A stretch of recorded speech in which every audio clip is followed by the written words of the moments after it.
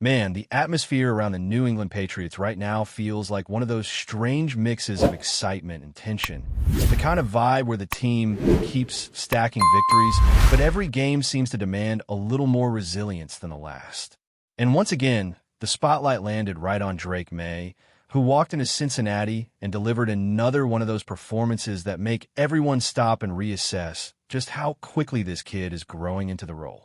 Even in a matchup that looked like a grind from start to finish, he found a way to push his own ceiling a little higher, throwing for a career-best 294 yards and once again showing that, even when nothing comes easy, he has that ability to just take the offense on his shoulders and keep it moving. What stood out is how the entire afternoon felt like a tug of war. The Patriots were trying to establish rhythm.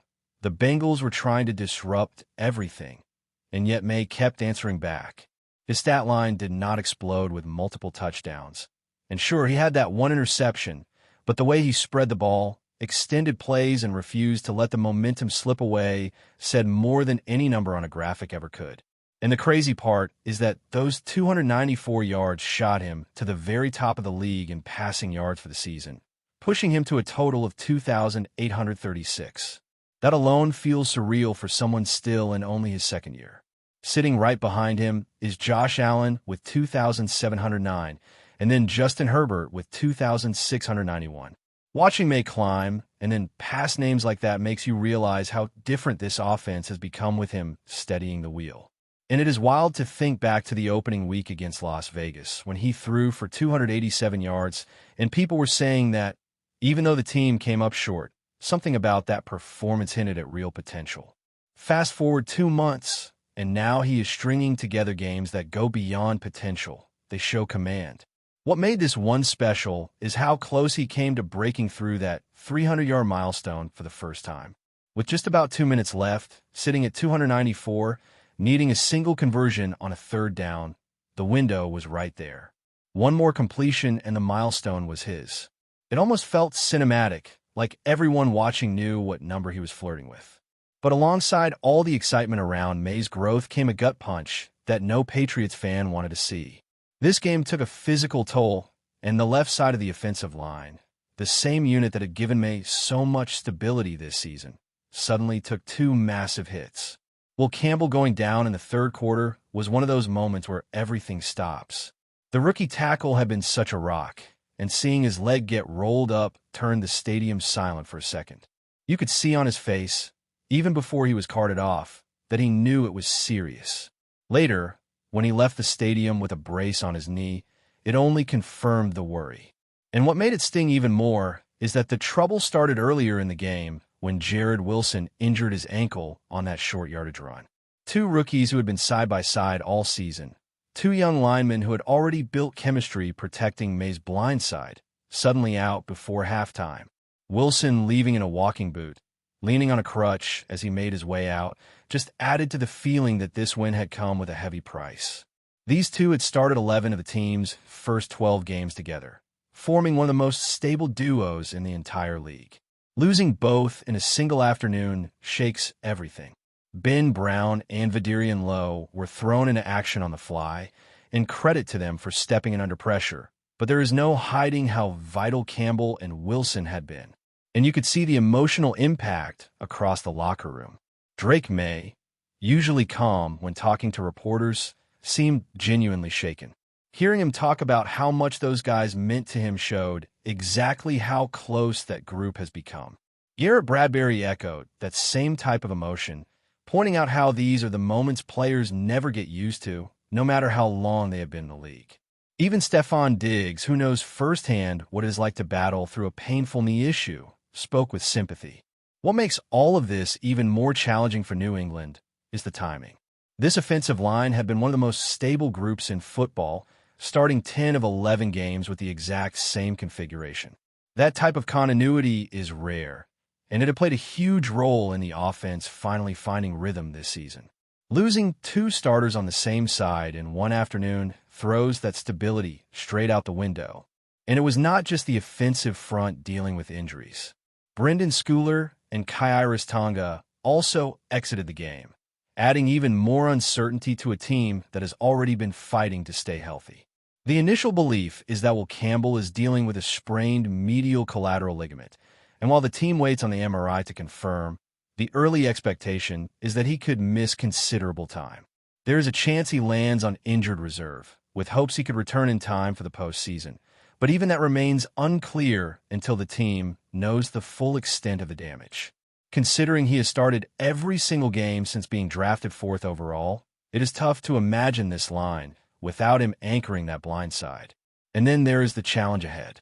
The Patriots have an extra day before taking on the Giants, which helps, but it does not erase the reality that the coaching staff now has to evaluate whether Campbell or Wilson have any shot of returning this season. If not, then the team will have to reshape a part of the roster that had been almost untouched all year. For a squad making a strong push late into the schedule, this is the type of moment that tests depth, leadership, and the ability to adjust quickly. It is the kind of week where every storyline blends into one.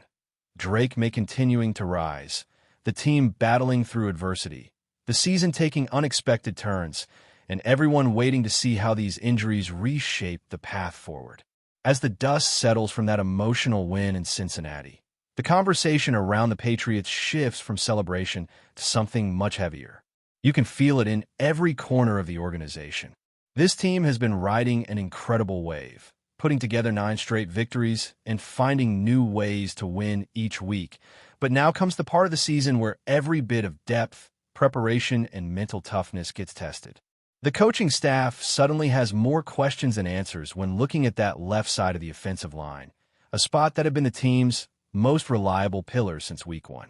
Losing Campbell and Jared Wilson in the same afternoon forces an immediate reset, and even though New England has done a remarkable job developing young talent, there is no replacing the chemistry those two rookies built together in such a short amount of time. What makes their absence even more complicated is how much this offense has evolved around Drake May's strengths. Campbell and Wilson were not just doing their jobs, they were helping define the identity of this team. Campbell's consistency in protecting May's blindside gave the quarterback room to grow, to test his limits, and to develop the confidence that has turned him into one of the league's most productive passers.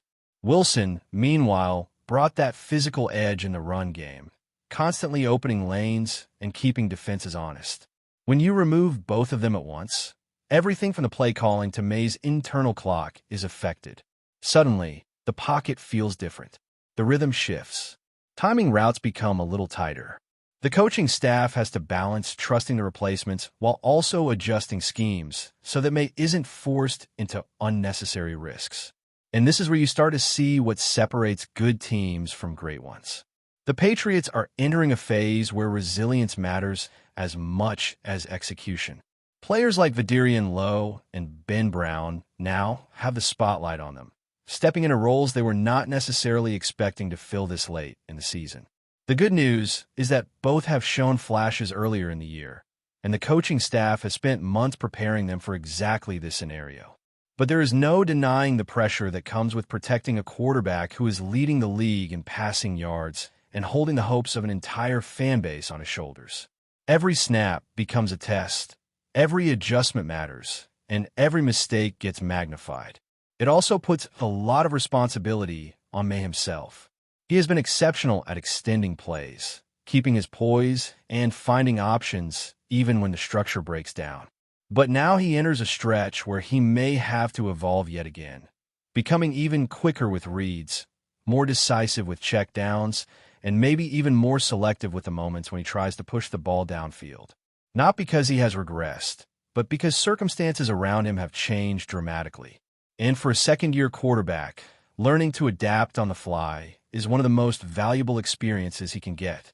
This is where careers are shaped and where leaders emerge. The emotional side of the game also hits harder during weeks like this. You could sense it in the locker room after that win. There was no loud celebration, no typical post-game energy. Instead, players walked around with that heavy mix of concern and determination. This team genuinely believed in the long-term impact Campbell and Wilson would have on the franchise, not just this season. When a group spends months building trust, grinding through practices, and leaning on each other week after week, Losing two key pieces feels like a blow to the heart of the locker room. Veterans stepped up to comfort the rookies, reminding them that injuries are cruel but not defining. Younger players looked visibly shaken, realizing how quickly things can change in this league. And yet, there is something powerful in the way this team handles adversity. Garrett Bradbury's comments reflected the mindset you want from a veteran leader, acknowledging the heartbreak while also reminding everyone that the team still has a season to finish. Stephon Diggs added his own perspective, connecting his personal battles with injury to what Campbell might be feeling right now. These moments matter. They show younger players that the team stands together, that pain is shared, and that recovery becomes a collective effort, not an isolated journey. Meanwhile, the coaching staff has its own challenge. Mike Vrabel has never shied away from being direct, and his early comments about Campbell's injury hinted at the seriousness of the situation. It sets the tone for the week. Prepare for the worst. Hope for the best. Evaluations start immediately. Tape is reviewed, depth chart scenarios are drawn up, and contingency plans are put in motion. Every possible lineup is considered, every rotation is tested, and the staff must determine the best combination that provides stability without sacrificing the explosiveness the offense has built.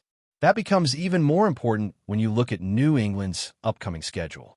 The Giants might not be having the dominant season some expected, but facing them with a shuffled offensive line is still a challenge. Defensive coordinators love exploiting uncertainty, and you can bet New York will test those new edge protectors early and often. Stunts, blitz packages, disguise pressures, the works. And until New England proves it can handle that heat, the pressure will keep coming. That means May must stay composed. The running backs need to be decisive in pass protection, and the backups on the line must communicate like seasoned veterans. This is where preparation pays off. There's also the looming question of how long these injuries will linger.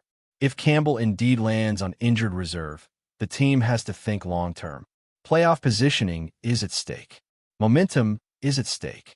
And while there is confidence that he could return at some point, that timeline becomes more complicated if the injury is worse than initially believed. Wilson's ankle situation also leaves the team guessing. High ankle sprains linger. Low sprains can heal quickly. But until that diagnosis is clear, the puzzle remains incomplete. Beyond the injuries, there's another storyline that cannot be ignored. The way May continues to climb the ladder of young quarterbacks in this league. Even with the chaos around him, he keeps delivering. Week after week, the numbers climb, the command grows, and the respect from opposing defenses becomes more obvious. You hear it in small comments from opponents, the way they talk about his pocket presence, his arm talent, his maturity. And that says a lot. Respect is not handed out lightly in this league, especially to a young quarterback still finding his place. Before we continue, don't forget to subscribe to Patriots Hub and give this video a like. Your support helps us keep delivering the latest updates on our New England Patriots. And don't be shy. Share your thoughts on the news in the comments below. In a move that has sent shockwaves through the league, the New England Patriots appear to have quietly secured one of the most coveted defensive talents in recent memory.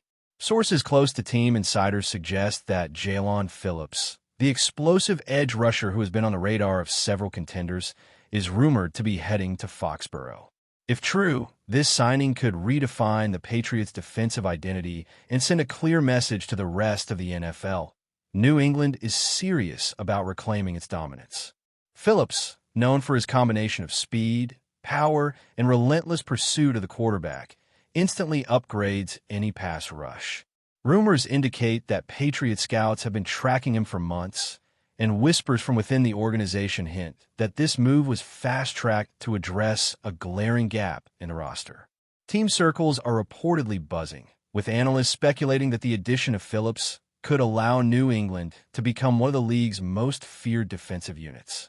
While the deal has not been officially confirmed, the chatter is undeniable. Social media feeds have been ablaze with speculation, with fans and pundits alike debating how Phillips' arrival could shift the balance in the AFC.